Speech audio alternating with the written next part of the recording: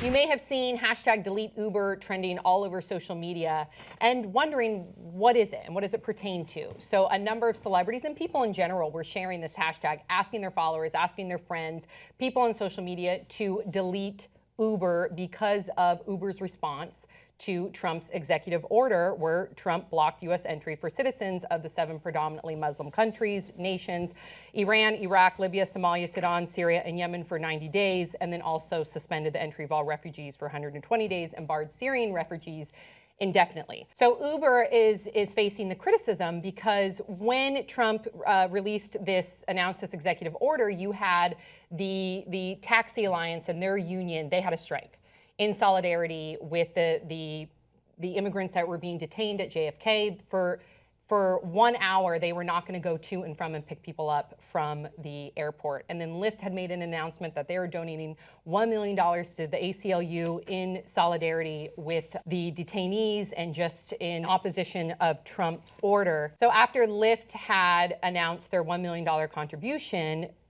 around the same time, even though Uber said it was just a coincidence, they announced that they would be suspending its surge pricing from JFK but continue to operate, and that's what spurred this social media frenzy. They said that they still wanted to be able to pick people up, even though it would be cheaper prices, but they were still in solidarity within the movement, and that they were going to tweet out, and they did tweeting out after the controversy that they would be donating $3 million to not only some of their employees that were facing this executive order because they are immigrants and they had visas, but they said that they would pledge this $3 million legal defense fund, but now people are saying that this is too little too late.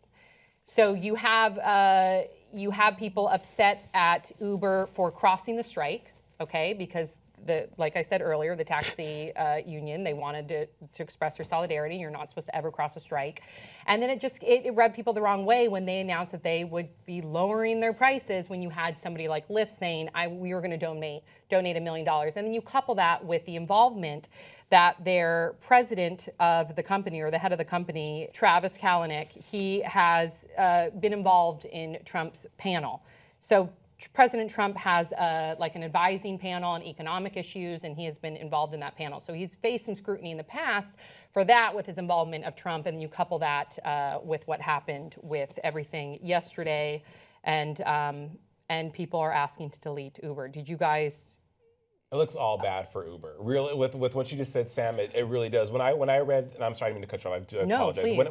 When I read that first, because I was like, yeah, what the hell? I don't use Uber a lot, so I was like, what does delete Uber mean? And so I started thinking, okay, you always want to put yourself in both parties. One, Kalanick does serve on an advisory panel for Trump to talk about transportation and making things better, that sort of thing. Business. Yeah, but Uber, they are a business. So when Lyft initially said we're not going to pick up people, Uber probably thought, well, our customers or these people Lyft didn't say that. Well, Lyft continued doing business. They just didn't advertise the same way. But they donated. Right? Right? Read the article. Right. No one's reading articles. So, but Uber, to their defense a little bit, said, okay, well, we still have these people who need to get to and fro, right? So let's just continue business as usual, not jump into the lion's den. And also, they pledged triple the amount that Lyft did after the fact. And yes, people tweeted, 20 minutes too little, too late. But the silver lining is that they're still giving, and that's what I would like for people to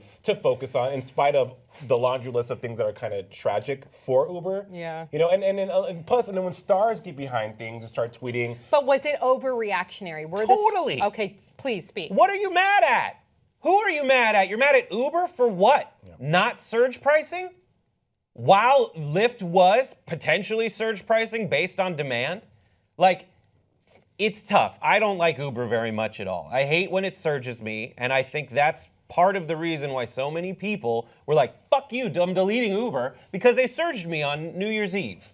That's it. Now, Lyft was also servicing people. Yeah, if you want to be mad at Uber, be mad at the fact that they exist, because the idea of Uber is to undercut taxi drivers who are largely immigrants, trying to do the one thing left. Now what happens is they have a strong union, that's pretty progressive, and the union has been, until Uber existed, able to drive up prices to a point where you're still going to take a taxi, but it's going to be more expensive. Uber just came in and undercut that. So if you're going to be mad with Uber, and you should be mad at Lyft, Do it because it undercuts taxis, period. And that said, dude, there's someone who needs to get to a funeral in Dallas. I was just You think they're not going to get? Now they're not going to go to the thing. It's a shitty, indelicate dog pile of celebrities. I agree with you. I agree with you so much, Brett. I didn't know where I would lie on this because at first my immediate response was, what if I had just landed in JFK and my sister was in the hospital? For some reason, that was my immediate visceral reaction. What would I have done? I found out it was only an hour, but still, it's an hour and you're never supposed to cross a strike, and I understand.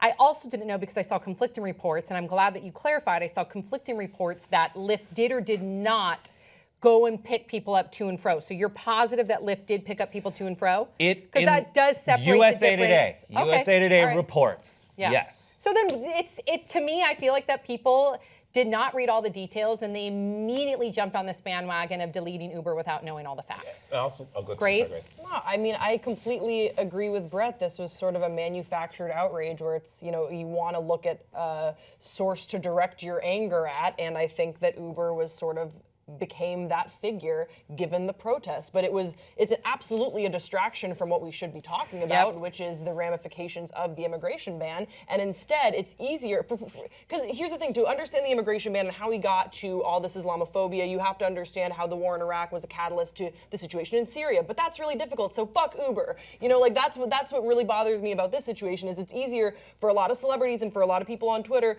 to just say, yeah, we hate Uber and this is the problem, this is who we hate today, and blame this corporation, than it is to look at all the series of events that took place that got us to where we are at, so that there's a protest at these airports that where people are upset about a Muslim ban, and that's where we're at, and people don't want to understand that, so instead they want to ban Uber, and I don't use rideshare, so I don't really care that much, but right. I mean, yeah. Why don't you use rideshare? Because I stopped drinking, so I can just drive myself. Right. And that's literally what happened. Mine's mostly motivated by parking situations. And they do have they did pledge, Uber has pledged this $3 million defense fund. Now, let's let's look at the difference between the Lyft donation and the Uber donation. The Lyft donation is to the ACLU, which can use it for a whole bunch of things. You read into the ACLU, they do a lot of great work.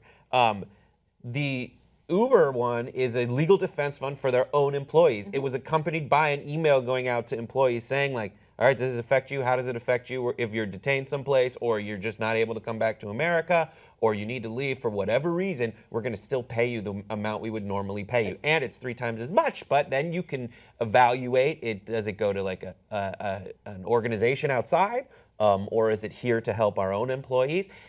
Also, the simple fact that Travis Kalanick is on an advisory board that talks to Trump.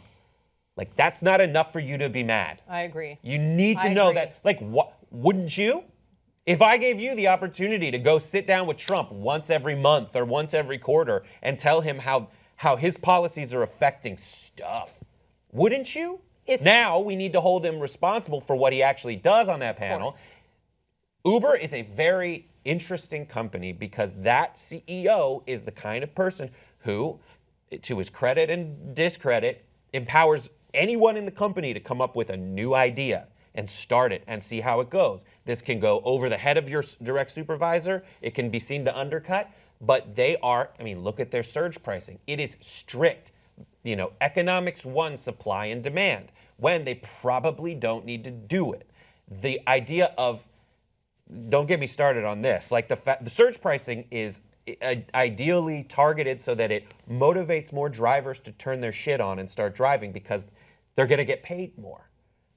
But if that never existed, they're getting paid to do this on the side anyway. Did they need to do it? Do they need to do it to that extent? They are a very up to the second reactive company for the purpose of strict capitalism. Now, just because you heard the word capitalism, you can't go fucking crazy. But maybe you should if you just do more research. And if you learn nothing more from this video, it's don't just read the headline and react. Read the article. Yeah, exactly. Or just follow blindly when a celebrity tells you to delete something. I was shocked. I agree. Jesse Tyler Ferguson, like, I agree with So you. Now, somebody. there's been Taraji P. That's right. there's been a number of other companies that have expressed their solidarity. So Starbucks, they have announced that they will be employing 10,000 jobs to refugees, and they were met with some backlash from Trump supporters now asking to boycott Starbucks. I actually retweeted a tweet from one, and I went to see if he was a Trump supporter, and he clearly was a Trump supporter based on what I saw on his profile. And he wrote that, shame on Starbucks, you should be employing veterans. Well, if you remember the big campaign about a year and a half ago, where Starbucks, their goal was to employ 10,000 veterans. I think they're up to like 8,000, 8,500 veterans. So they are employing veterans, number one. Again, that's somebody who's initially reacting without further doing the research, being like, I wonder if Starbucks has employed veterans before blindly saying, why don't you employ veterans? And Starbucks is a global company. So they're looking for the best interest of the global community, not just the USA here. And I think it's very admirable of Starbucks to say, hey, we're going to give jobs to 10,000 refugees. I think that's a great thing. It is a great thing. What I don't understand, though, Sam, is why don't people wake up and snap to the fact of what this is doing, what this is saying, that we're allowing people to become like we're vilifying a group of people, and like history's going to repeat itself. That's my fear, and I keep saying this in every video. But who is next? For real, if in 2017, America, the core values of America is people come here because they escape, they can live free, they can have the life, they can provide for their families, they can be successful, they can be happy. If we start taking that from people, in 2017, what's next? It's so scary. You said vilifying people. I'm glad you said that, because someone responded. I believe it was the original guy I tweeted. He responded like, good luck being raped by the refugee.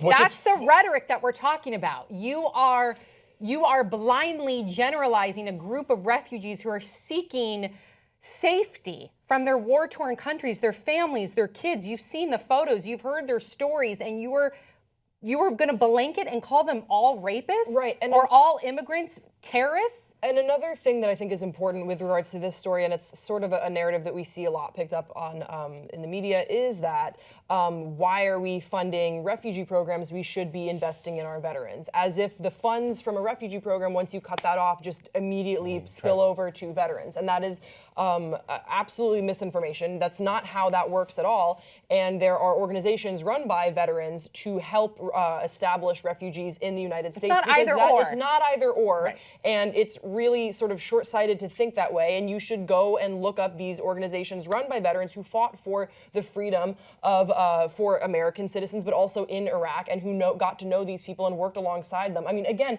when we're banning Iraqis from coming into this country, a lot of times the people that are applying for these visas are people that worked alongside U.S. forces to help translate, to help establish relationships in the field. And those are the people that risk everything to help U.S. troops that we don't want to have asylum in the United States. Are you out of your goddamn mind? One of the gentlemen that were detained was helping the U.S. government out in Iraq, and he was detained. It's the least that the U.S. can do. If you're going to have these people that give up really everything, that put their lives and their everyone that they know in danger to help the United States of America armed forces in the field for the cause of freedom, and then you just leave them and desert them there to ostensibly they're going to die. I mean, they're going to be hunted because they are now viewed as traitors in within their communities. That's shitty. They say no man left behind. These are men and women that helped the U.S. forces that are trying to have a better life in the United States, and we're just cutting ties to them, being like, yeah, go fuck yourself. This is what you're saying to the world. This is what the Muslim ban. This is what the ban on these 7 countries and how it starts. This is what it says: is that you can help us out, but then don't expect us to help you out. And you're bringing up the Muslim ban, the immigration ban, and we did talk about it in a full-length video, so make sure that you watch that video. I just want to make sure that you don't think that we're skipping over that part of it. By the way, there's probably 35 watch minutes. that video. And then also, I wanted to bring up Airbnb too. They announced that they will be using their housing to house refugees. So I think the silver lining in all of this is watching the people, even though we do see all the combativeness and the divisiveness, we're also watching a lot of people stand up. We're seeing a lot of citizen action. We're seeing a lot of different companies that are standing up for what they believe is going to be on the right side of history, for the greater good, and what they believe is American and constitutional, as opposed to... Back to core values of America. Yeah, exactly. Brett, you wanted to get in, final thought? I just have to say, I get pissed off we're trying to keep, violent terrorists out of the country. I get really pissed off and hostile when I'm delayed for 90 minutes traveling to America or anywhere. I'd hate to see what it's like if I'm delayed for 90 days. I'd lose my shit. I'd definitely become a radicalized whatever. And good point. And some of them indefinitely. The Syrian refugees, according to Trump's order, indefinitely. Indefinitely. And it's They're all indefinite right now, by the way. Yeah, There's absolutely. no one's definite what the fuck is going on. You're absolutely right about that. Wow. So make sure you check out our other 2 videos, because I feel like this video, as well as the immigration ban video, as well as the very tragic and unjust Quebec City terrorist attack on the Muslim mosque, all those videos are all separate. They all kind of bleed together. So please make sure that you watch all of them and share your thoughts. We want to know what you have to say. Keep it respectful. At the end of the day, we just come from a place of empathy and try to be respectful in the comments, because the divisiveness out there is, I don't know about you guys, but it's monster. nauseating. Yeah, absolutely. It's absolutely nauseating. Everybody has the right to their own opinion, but let's try and come with a solution.